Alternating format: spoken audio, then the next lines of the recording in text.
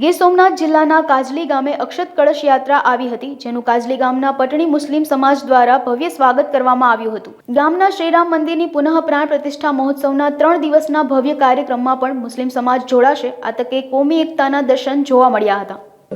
મારું નામ મેરકભાઈ બારડ, કાજલી ગામના સરપંચ। આજે અમારે જે અયોધ્યાથી કળશ યાત્રા આવી હતી તેનું ભવ્યથી ભવ્ય ગામ લેવલે મુસ્લિમ સમાજે સ્વાગત કર્યું છે, તેનો ખૂબ ખૂબ હું આભાર માનું છું। અને આ ગામમાં કાયમી માટે એકતા જળવાઈ રહી તેનું અને બધા ભાઈચારાથી રહી છે ગામની અંદર, ને બધા એકબીજા મૂલી જુલીને રહી છે। અને ફ્રમથી પર શોભાયાત્રા નીકળવાની છે, તેમાં બધા મુસ્લિમ સમાજ પર જોડાવાના છે। 22 તારીખે આ ગામમાં પણ રામ મંદિરની પ્રાણ પ્રતિષ્ઠા થવાની છે, તેમાંય બધા જોડાવાના છે આખો દિવસ। અને આ ગામની અંદર દલિત સમાજ, મુસ્લિમ સમાજ, કાળિયા રાજપૂત સમાજ, કોળી સમાજ બધા સાથે મળી અને મંદિરનું ભવ્યથી ભવ્ય પ્રાણ પ્રતિષ્ઠા થાય તેનું આયોજન કરી રહ્યા છે।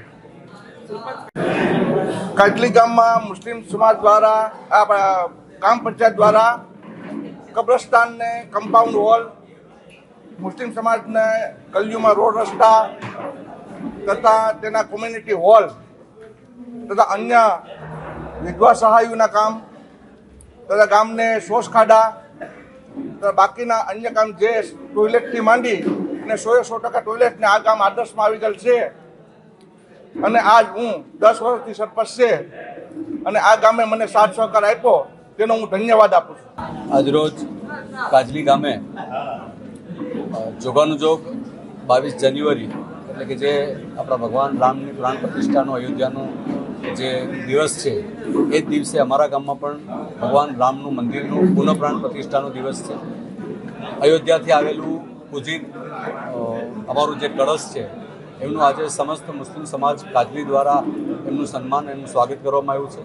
સંઘના વરિષ્ઠ આગેવાનો પણ અહીંયા ઉપસ્થિત છે અને ખૂબ સારી રીતે સમસ્ત મુસ્લિમ સમાજે આ પૂજિત કળશ જે અયોધ્યાથી આવ્યું છે એમનું સ્વાગત કર્યું છે। સમગ્ર મુસ્લિમ સમાજ અને સમગ્ર દલિત સમાજ એટલે કે હિન્દુ મુસ્લિમ આખું આ કાજલી ગામના દરેક લોકો અહીંયા ઉપસ્થિત રહ્યા છે અને ખૂબ સારી રીતે આ કળશનું સન્માન અને સ્વાગત કર્યું। 21 અને 22 આ 3 દિવસના અમારા કાર્યક્રમો છે। 20 તારીખ એટલે કે આવતીકાલે સમસ્ત ગામ દ્વારા સફાઈ અભિયાનનો કાર્યક્રમ રાખવામાં આવ્યો છે। 21 તારીખે બપોરે 4 વાગે ભગવાન રામની શોભાયાત્રા કાઢવામાં આવવાની છે અને ત્યારે પણ હિન્દુ મુસ્લિમ બધા લોકો આ શોભાયાત્રામાં જોડાવાના છે। 20 તારીખે રાતે કાનગોપીનો કાર્યક્રમ છે, એમાં પણ સમસ્ત ગામ જોડાવાનું છે। 22 તારીખે ભગવાન રામની પ્રાણ પ્રતિષ્ઠાનો કાર્યક્રમ છે, એમાં હિન્દુ મુસ્લિમ બધા લોકોએ ભાગ લીધો છે। એમાં દલિત સમાજના 8 કરતાં વધારે દંપતી પણ આ યજ્ઞમાં બેસવાના છે। આશરે 35 કરતાં વધારે દંપતી અમારા આ યજ્ઞમાં બેસવાના છે। યજ્ઞ પૂરો થશે 5 વાગે, બીડું હોમાઈ જાય પછી સમસ્ત ગામ દ્વારા ગામને પ્રસાદીનો કાર્યક્રમ છે, એમાં પણ સમસ્ત હિન્દુ મુસ્લિમ બધા લોકો આ પ્રસાદી સાથે લેશે। મારું નામ સલીમ સુમરા છે, કાજલી ગામનો રહેવાસી છું।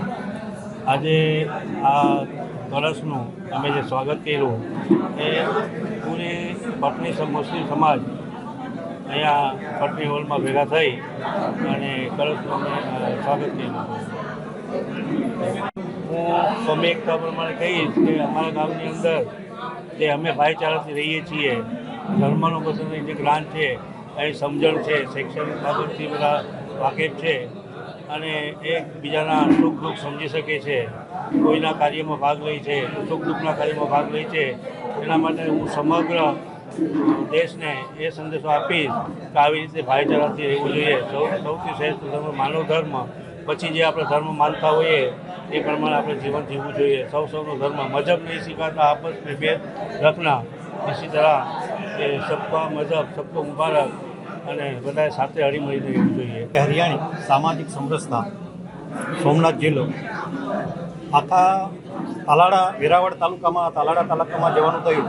એમાં કાજલી ગામની વિશેષતા એ છે કે અહીંયા હિન્દુ મુસ્લિમ બધા એક પરિવારની જેમ રહે છે। ભગવાન રામનું મંદિર જ્યારે બની રહે છે અને રામ રાજ્યની સ્થાપના થઈ રહી છે ત્યારે હિન્દુ મુસ્લિમ બધા સાથે મળી અને બધા જ પ્રસંગોમાં ઉત્સાહપૂર્વક ભાગ લે છે।